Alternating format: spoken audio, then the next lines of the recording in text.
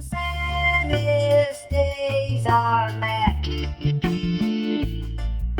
The saddest days are met.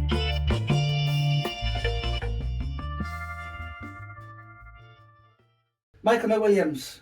So we're here in Darlington. We come across and we met each other 15 years ago. How you even got my interest was that East End accent. And when I say East End accent, I'm talking about is cockney as they come. You're up north now, Darlington. You're always in Sunderland. You've kindly invited me to the Harvey McWilliams Foundation, which that's another story, another video going out. But you're not a northerner. You are Bethnal Green. Where did it all start for you? Well, far as I can remember, yeah, I was born, in Bethnal Green back in 1975. So that's nearly 49 years ago now, isn't it? Yeah. Marlin Hospital. So yeah, just round the corner. If you look at the map of the East End, a lot of people will say Stepney, but I would think Mile End is the heartbeat of the East End. If you actually look at the heart, the whole of the East End, so you are probably as cockney as they come. Yeah, it's that catchment area, isn't it, really, Yeah. I think, do you know what I mean, as well, so yeah. So I grew up just behind Bethnal Green Tube, yeah. Now, I can't remember this far back, but I grew up in a place called Hollybush Gardens, which is just behind Bethnal Green Tube Station, near the museum, Childhood Museum, yeah. Very famous museum. I'm just waiting for you to say that very famous street. We'll get to that very famous street, yeah, right. So yeah, and then obviously as I grew up, a bit older, I started to remember a little bit more, but then went to St Bernard's, I moved to a road called Valence Road, which is a very, very famous road. Fort Valence originally, yeah. And I lived in a typical inner city masonette, 4th floor. Still there? Yeah, it's still there. I mean, every time I go back, I visit, I always walk past it and things, and stuff. So obviously that, I know a lot of the real East Enders do not subscribe to that kind of gangster nonsense, but the interest is there. When you say you're from Valence Road, I don't mean number 1, I don't mean number 200. So the Krays were 178. You were literally over the road. In fact, when Ronnie Kray died in 1995, all the paparazzi basically were hounding your family to say, can we come in and set up shop and pay your X amount of money to watch Ronnie's coffin go by? Does it bug you when everyone's like, oh, the Krays and all this kind of nonsense? And I wouldn't say it bugs me as such. I mean, it's nothing new to me. You know what I mean? Cause I think because you grew up in it and you live around it, and someone, it's history, isn't it? Regardless if you like it or not. Yeah. It's always going to be Social history. Yeah, it's always going to be there. I think it's important that as well that it's learned anyway. It has a huge part of the East End's history, whether people like it or not. So does Jack the Ripper. So does your Jack Spot Commas and all the other ones, I suppose, that hit the headlines. I think it's because the twins, isn't they, as well? You know what I mean? It's not the two reasons. Brothers, is it? You know twins, what I mean? Which is very special. It's unique, and also the name. Now I've never in my entire life come across anyone with that name, apart from them. Yeah. And of course, they were arrested 68. They were put away for life 69. And people thought that was it. Of course, they released a book 1972, but when the Kemp film, obviously Tom Hardy kind of come along years later, but when the Kemp film originally come, that was when people glamorised it. Believe me, there's a huge interest for that part of society. Yeah, you're right. There always has been. Even growing up, you know what I mean. There was always me. But because I'll go back to living in it, and I mean I live literally about 20 yards from where their house would have been. I know it's been modernised a bit and stuff, but there and yeah, it's just it's just part of normal life really. But so it's hard really to go in because if I wasn't from there, I could be all over it maybe. You know what I mean? Because you're from there, it's just normal to me. It doesn't seem this big thing, but it is because obviously the films. I mean the Kents, and that was a good film by the way. I thought that was really good. What they did. There's been a few moody ones I thought after that. Do you know what I mean? But I thought that did justice. And do you know what? There's something magical about the East End.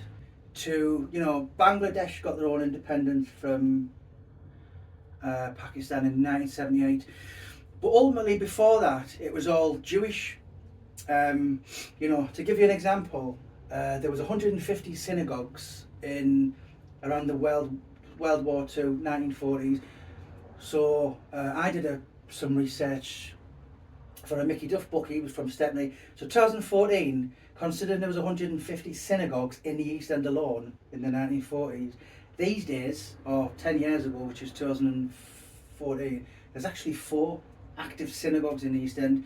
So it's mainly the Bangladesh community is flourishing, it's growing.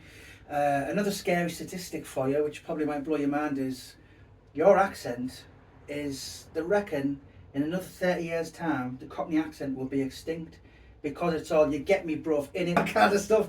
Does that upset you when you go back to the East End and hear all that? A little bit, yeah. It's a dying breed now. Yeah. Yeah, I've only got a handful of friends who live there, and I speak to 1 or 2 of them anyway. Yeah, Nevio Polici. So I mean, he's a pillar of the community, isn't he? Well, I've known Nevio since nursery, you know what I mean? His dad was a legend, you know what I mean? Nevio Senior, always dressed smart and... Yeah. I mean, you know, I've got loads of stories about Nev, but, you know, his dad used to pick me up from primary school sometimes. My man was working late. Yeah. And we'd go back to either the calf or his house, which is behind, in Buckfire Street. And his mum would do us a little munch, whether it be a pasta or... Because obviously it's Italian. She's still about as well, isn't she? His mum's there every day, crack of dawn, 5 o'clock, cooking the mama specials, whether it's pies and that. And then she heads off home in the morning as well. So yeah, every time I go down I bump into Nev. But like I say, there's only a handful there. But the accent itself, yeah, it's gone more or less. It's not... And when you talked about Bethnal Green, I know, kind of forget about the Kray twins now. But there's so many... I mean, the Polici's there, you know, that we were talking earlier, the decor's been there since 1946. That calf, Nevio Senior, was born there in... I think his family come over something like 1900. But like the birdcage, do you know what I mean? There's so many parts of Bethnal Green. When you go back, is it almost as if your East End is gradually but surely disappearing? Yeah, definitely, yeah. Especially Bethnal Green is starting to change a lot more. If you're going towards like Brick Lane, Spitalfields, where my dad lives, yeah, he lives just on sort of the corner of the city, and East London, should we say. It's all like, it's all, there's a lot of wealth there. It's all like hippies. Yeah. It's like everybody... Yuppies is the correct term. Yeah, it's like they all like, they drink, there's nothing wrong with this, don't get me wrong, but they all drink like, you know, like double espresso coffees with latte with caramel in it and all that. They all try and be different, but they're not all being the same. Yeah. They'll try and dress differently, but they're all dressed the same. It's all like these, like say, yuppies or hippie-fied, you know, and stuff like that. But it's just changing, you know. And I think that is one of the, you know, the old East End boozer is all being replaced by coffee shops. And I think, me personally, for someone who's done so much research and almost obsessed over the area, if you like, for over 30 years, that's killed a lot of the characters. You know, when you think of the pubs, the Pride of Spitalfields, I know it's still there, but there's a lot of very famous pubs in the East End, and you know, yes, the Ten Bells pub in Spitalfields are still, but that's a tourist place, isn't it? Of course it is. You know, the Blind Beggar is, for me, I mean, I can't understand how someone would want to celebrate where someone was murdered, you know, but the parties are there, and the light is burning brightly, the interest is great, believe me. But, you know, when you're talking about the old boozers in the East End, some of them are still about. Bethnal, you know, the Shakespeare, that was the pub I couldn't think of earlier. That was in the Fellas Oh, okay, right, months ago. Yeah, still, yeah, next to the old police station, yeah. But you know, it's they're all slowly falling away, and I mean the marquee on the corner. That's still there, yeah. Marcus Cornwallis, yeah. And the Salmon and Ball, is it? That's still there, yeah. But there is a lot of them that have got the Hall of Life, is it the Hall of Plenty or something like that's gone. It's gone. Birdcage's still there, I think. Yeah, it is. I mean, that another guy from Bethnal Green, and yeah, I think you actually knew him back in the day, was the comedian Mickey Flanagan. And you said to me he was always a funny "see you next Tuesday" before he was famous. But yeah, I didn't know him personally, but I knew of him. You've seen him about. I knew friends that knew him, so he's a bit older than me. He's probably about my sister's age. But he was one of these people that would go and like, you know, often we used to do is to go in the fish and chip shop and get some chips. Well, he'd go and turn around and put some salt on his chips, but he don't do the top after. So when you go and put yours on, there are a lot of going in chips. He's a practical joker like that, do you know what I mean? But yeah, he's always like that, but he's always cracking jokes. He's one of these people. Well, you know, everyone knew that there was 2 Kelly's pie and mash shops, and now there's one's closed, I think. I don't know whether it's, I was there 3 months ago and it was still closed. Pie and mash it's the food of the gods in the East End. You know, your history, your heritage, if you like. You were brought up on your not you particularly, but your mum and dad, and then before them, you were all brought up on jelly deals. Well, yeah. But my mum and dad, they're from Belfast. Yeah. Originally. That's right. Yeah. My mum was one of 10, so it's a big family, and they've got kids my age, and we've got kids. So you can imagine the weddings and funerals. You know what I mean? I can get lost. I know half of them anyway. You know what I mean? Yeah. But we was all brought up, and born. They moved over from Ireland when they were like 18 or something. So that's when we were born. I was born and brought up there. But yeah, we were brought up in all the local restaurants. And is your mum and dad Irish, both of them? Both of them from Belfast. Oh, so you're actually right. So both Belfast, right. yeah. Right. They moved over when they were kids, yeah. Yeah, they moved to. Right. Yeah, I think they actually moved to Earls Court, and that's the Chelsea connection with Well, Dad. yeah. Well, Earls Court was flattened about 10 years ago. So. Which I suppose is Kensington, Chelsea, Hammersmith. It was what? Sorry, flattened. Yeah. It's that famous boxing arena's gone. Yeah, needs to be flattened. Yeah, it's gone now. But the East End is very much the York Hall, Bethnal Green. It's a special place, and it's a production land for tough people, and that's why there was so many fighters. I think you went to the Repton when you were a kid a couple of times. You actually worked in Charlie Magri's shop. We were talking about that's long gone. I think Repton. I was at Repton I went a few times, but I left because my cousin Peter, he went to Globe Town. That's up Bonner, just past the tube station, should we say. So there's main two. I only went there because my Peter went there, but I didn't go for long because when I was younger I had a bit of a short temper, should we say. I didn't like getting hit. So when I got knocked on the ground, I used to try and rip off my gloves and punch fuck out of someone. And then, you can't come back here. So that's my love of boxing over. Do you know what I mean? So I went to football instead. Yeah. But Repton, yeah, I knew it. Well, because like I said, I used to live at the Masonette, so the balcony at the back, you'd look down and see the Crays where you used to live, and Weaversfield, and you've got Nevio's on the left. Well, you actually on went the to other side, Close School, didn't you? Which was the same as the twins. That's right, yeah. So you look at the front, you've got Repton right in front of me, which now I think now posh flats, I think now. That's right, yeah. Just be Turkish baths next to it. But then just next to that, you've got the Carpenter's Arms, the Kray owned pub, and then next to it, attached to it, was the school, which was I'd known it as St Bernard's when I went there. Yeah. Then you had St Matthew's Church next there, which is obviously famous for like if you're going to go back to Kray, But St Matthew's Church, where I was knock about with my mates, because we all lived up and down Bethnal Green Road or Columbia Road, which is the Burkage, and we'd all knock about over there. The Royal Oak pub and that. Yeah, do all nighters over the back wall and just drink like teenagers do all night, stay up all night, then on a Saturday night, and then Sunday morning go down the lane. And the lane used to be ram-packed when we were younger. There'd be market stores everywhere. You could buy anything you want, mate. Do you know what I mean? Anything. You go home, it'd be like Del Boy in your house. Do you know what I mean? Everyone had something in there. Everyone. And that's where you got everything down the lane. And now you'd be lucky if there's free stalls. Because it's all changing. Like I say, it's all these coffee.com shops and, you know what I mean? Arty shops and stuff. And it's all brings wealth, don't get me wrong. But it's all different. It's changing. Killing the history. There's a few things scattered about now. Like Police Cheese, there's the Bible shop, there's the book shop, there's a couple of old pubs kicking about. I mean, my local pub, when I met Kelly, the King's Arms, Mallandines, which is on the corner of Buckfast Street, where his mum lives. Yeah. When I went down before, a couple of years ago, I popped in for I'll have half, see what it's like, you know what I mean? All right, mate, you got kind of a pint of lager, and he gave me a menu. I'm like, I don't need any food. It's a menu for beer. I went, that's what a lager. You know what I mean? £8 for half a lager. And like, there's an old battered chair, and people. I'd call the police. Do you know what, right? And people's ordering egg and chips to come down on a fucking Spade. Who wants to eat their egg and chips off a Spade? I'm like, hey mate, put it on a plate. See, I'm not into all that, but this is what people like now, don't they? So I'm interested, right? So obviously I'm obsessed with it, but as much as I'm ridiculously obsessed and I love, it's the only place on the planet I could probably sleep rough. Well, I have done so many times, but I don't walk about headphones, and the reason is I'm taking too much in. But I'm happy to get back because as much as I love London, I couldn't live there. Now, you live there, you moved up north. Am I right in saying everywhere's slower? The further you get up north, the slower it becomes, the more friendly it becomes. Because London, no one really has time, no one really cares, so what, you're homeless, there's 100 round the corner.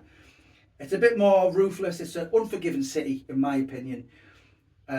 What's your thoughts on it?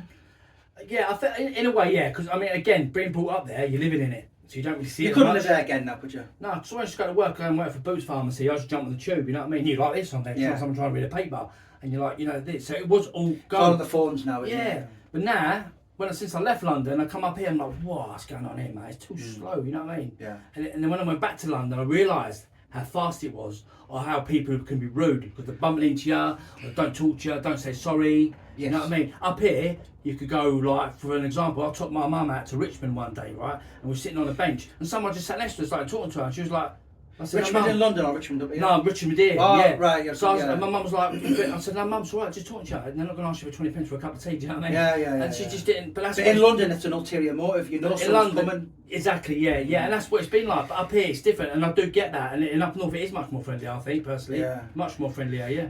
But London, it will always have you know, right back to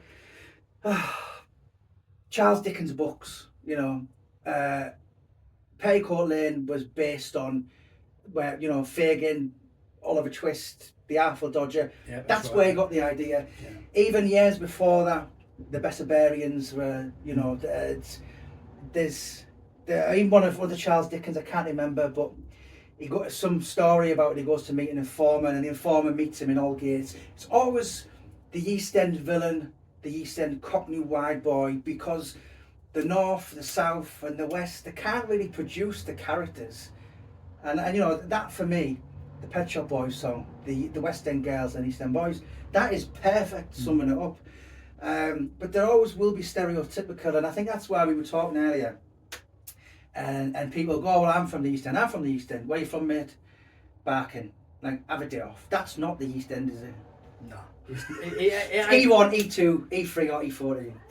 Yeah, you get people saying, I'm from London and all this, like you go on holiday and like, whereabouts? You from there, mate? I go, I'm Bethnal Green. Oh, I'm from there, whereabouts? Billericay. I mean, you're deep in Essex, mate. That's not London. Do you know what I mean? It's not. Why? I don't know. We call them Mockneys, you know what I mean? People that want to be Cockney, but they're not. They try and come out with a slang. I'm going, you're not even from London, mate. Why are you talking that for?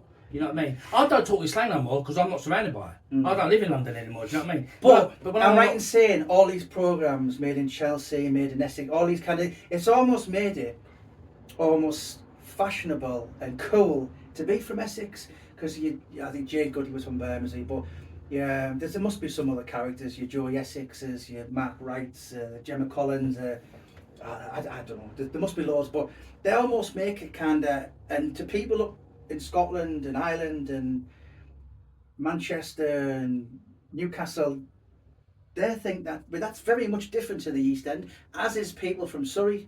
Do you know what I mean? I can tell a Surrey accent from a London accent. Of course you can, because you've got London, you've got Hertfordshire, you've got Surrey, you've got Kent, you've got Essex, and we're bang in the middle, do you know what I mean? I can tell somebody who's from South London, not from East London, but it's mainly by slang. The accent, yeah, it's pretty much the same, I get that. You know, Essex, slightly different, might be a bit more picture as well at the same time. But yeah, you can change, but like, you know, going back to like the accent, it is a dying breed, but years ago, you know, when I was a kid, everyone started moving out of London towards, you know, Essex or Kent, mainly Essex. Yeah. That's I think you can hear more Cockney accents in Southend these days, can't you? Oh, of course you can, yeah, deep in Essex, because there's a lot of West Ham fans, because that's where they've moved out, because the further you go east, that's where you go towards Dagenham, West Ham, that way, and then you head out. It's either West Ham or Leighton Orient, isn't it? Or boxing, that's what you liked in London, in East London. So yeah, so there is a lot of Cockneys in Essex now. There's probably more Londoners in Essex than there is actually people from Essex, you know, or East Anglia, because that's when if you're going to go further than Essex, you're going to hit Ipswich and Norwich, aren't you? Yeah, if you know what I mean. But then you're going further on then. But like I say, it's more Essex where the Cockneys have moved out. So how long have you been up north now then? So I've probably been up here, I think, about 27 years. That long? I think roughly. Yeah, I've been married. 27 years. So 24. 97? Yeah, be married 24 years this year. Is it true you can take the boy out of Bethnal Green, but you can't take Bethnal Green out of the boy? Yeah. Is it still in your heart? Of course it is. Yeah, I mean, I've got a lot of love for it. I still go back and see.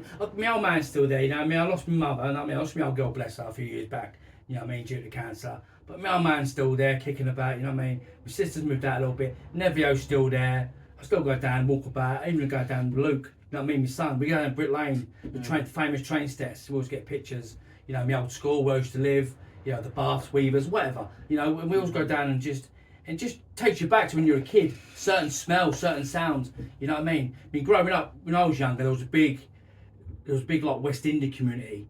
And when you used to go and do your shopping over at Dalston, you know what I mean, East London, back then you'd go and get all your fruit and veg on the market stalls by the big like Rastafarians. They used to have these big bass spins banging out the reggae music and ska. It was like going to a gig, man, not going to buy apples and fucking oranges. It was like going there and you're dancing away, it was class. And that's why the love of music come from a lot of that growing up, because my mum was a big reggae fan. It's like Motown, Northern Soul, that kind of stuff. Where the old man, he liked to like all the old R&B, so like early Who, excuse me, the Action, Small Faces, Kinks, the mod kind of stuff, as well as Queen, the police, And of and course, the Jam. Small Faces were proper EastEnders. Cracking band, man. Yeah. But Great white soul singer over him. Yeah. But here's another scary statistic, which I'll just before I leave you. I did obviously a poll, and so 2014. So bearing in mind that there was tens of thousands of Jews in the East End. So I did a poll, and there was 2,000 Jews in 2014, and half of them were over 70. That kind of makes me a little sad, you know, because obviously I'm doing Mickey Duff's book at the minute, and you know, predominantly, if you saw, you know, a Polish immigrant, a Russian Jewish guy in London, 90, you put your life on it. They're from the East End because the immigrants settled in the East End. One, because it was cheap, and two, because there was so much work. That's right. Yeah. You know, and obviously that's why Mickey Duff did, and Harmonic Prague as he was then, and you know, the rag trade, which was huge in the East End, and then of course there was the Truman's Brewery. The docks. Yeah. Do you know what I mean? It's like, I think the East End has always been kind of, and it wasn't just the Jews and the Bangladesh, it was your lot, meaning the Irish, and that's right, the Irish came over. yeah, Right, absolutely. Yeah. You know, of course, who remembers that sound? No dogs, no blacks, no Irish. That's right. Yeah. You know what I mean? That's iconic. Maltese as well. A lot of Maltese. Yeah, West Indians, and Bangladeshis, like you say. Yeah, You know. but But you like go back to saying like all the jobs and stuff. Yeah, a lot, because you used to get a lot of them on the docks, going right up to Tilbury, Essex. You know what I mean? Going right back from Isle of Dogs, Chelsea and Bridge. Poplars, and This is before Canary Wharf was built, you know what I mean, and stuff. There's loads then and stuff. And it still goes on now. You still get a few of that now, and it's good to see. You know, because you don't see like the old trades anymore, like blacksmiths, for instance. You know what I mean, it's all machines now, isn't it? Oh, It's nice to see somebody whacking something, building a belt buckle. Do you know what I mean? I love all that stuff. And someone in Brick Lane still does it. Do you know what I mean? So Yeah. it's good to see some of that, and that takes me back when I think of that. The smells as well, growing up, Jamaican patties, because that reminds me of going shopping with Mum when I was 13. But of course, there's Getting, some, you know, there's some trades around Brick Lane. The bagel shops, not the bagel shops. As I said, bagel is New York, bagel is Jewish East End, and Bible, yeah. it was, you know, I mean, I was in April, and it's Jack the Ripper was a business. It's an industry, pardon the pun, that makes a killing. Now I walked past the Brick Lane the other month, and I seen Jack the Ripper potato shops, selling Jack and potato. And it's part, you know, I've seen Jack the Clipper barbers, I've seen Jack the Chipper fish shops, which is Osborne That's right. Street. Yeah. You know, the barber shop, which is the motto is bonded with blood. You know, and yes, there is people outside. I mean, when the Jack the Ripper Museum on Cable Street, there was women of bloody signs, you know, this shouldn't be glamorised. But to quote one of the top world's ripperologists, Paul Begg, he said to me, Spitalfields is Jack the Ripper country. Did it ever bug you when you were growing up? I mean, I was in London a couple of months ago, and I counted in my eyesight, right, 9 different Whitechapel murders tours that I could see. You know, and apparently, I was amazed at this, but I spoke to one of the top ones, and they said apparently on a night there's something like 30 to 40 Ripper tours. That is staggering. But you know, people come up from all over the world, Taiwan, America, all. You know, to be honest, it's the Everest of British crime. We'll never know who done it. It was 136 years ago. But you know, I think a lot of your lot, you don't really subscribe to that, but you can understand why it happens, can you? Of course I can. It's a big thing, wasn't it? Still don't know who it is. It's a big thing. So there is a lot of tours, and they do meet up outside my old man's on a walk. Where's that then? No, so that's Brushfield Street, so facing the old Spitalfields Market, the old Fruit and Veg Market, which has all been done up now, yeah? Yeah, that's yeah, where yeah. the old man Well, lives of now. course. 10 Bells. Facing the 10 So Bells. that's known as, in the industry, as Ripper Corner. So you've got Spitalfields Market, which was built in 1886. You've got Christ Church, which was Christopher Wren, 17 You can something. see that at the end of my street. You've got the 10 Bells, which was 1700 and something. Across the road, yeah. And then you've got Fournier Street, Prince Puma Court, and back in then there were slums today. That's right. Prices for them houses are between 5 to 12 million. Yeah, you got the BBC News where he's living. Oh, EastEnders cast live in them. That's why you see them all around. That's why we're going police. It's all close by. Yeah, yeah. What's her name? BBC newsreader. She lives there. So you see them kicking the about. artist Tracy something, forgotten. Yeah, Tracy Emin. She lives there. Yeah, that's right. She did. Boy George. Yeah, as well. But my dad lives facing where the tour starts. Yeah. You know what I mean? Because the car park behind, it's near Hanbury Street. Which I think, if I'm right thinking, one of the Kings were there. So on the back, you've got Artillery Lane, and of course that was where that's where the Omen was filmed. That's where you cut through. Yeah, that's right. Yeah, so it's all there. You know, Luther was filmed down there, Downton Abbey. It's just, you know what? I think one of the ripperologists, Richard Jones, said to me, he said that's actually the most filmed part of London, because you can go around there and it's like literally, particularly if you go up Gunthorpe Street, which is next to the White Hart pub in Aldgate, it's like literally going back into time. Do you know what I mean? And it is a magical place. You know, a lot of people go, you know, it's full of rubbish and, you know, kind of rats running about and all this kind of thing. But I look at it as it's like, you know, so much of the history, and even not Jack the Ripper, even like Oswald Mosley when the black shirts come in and Christian March. Yeah. Do you know what I mean? It's just beyond ridiculous, and it's just so much history. There's 900 blue plaques in the city of London, and everywhere you go there's a plaque, or this is where so and so was, and it's fascinating. You, in my opinion, Michael, you're from literally the most fascinating place. Do you know what, mate? Right, and these Jack Ripper tours, they're not cheap to do as well. They cost a lot of money. Do you know what I mean? Yeah. I could do it for a £5.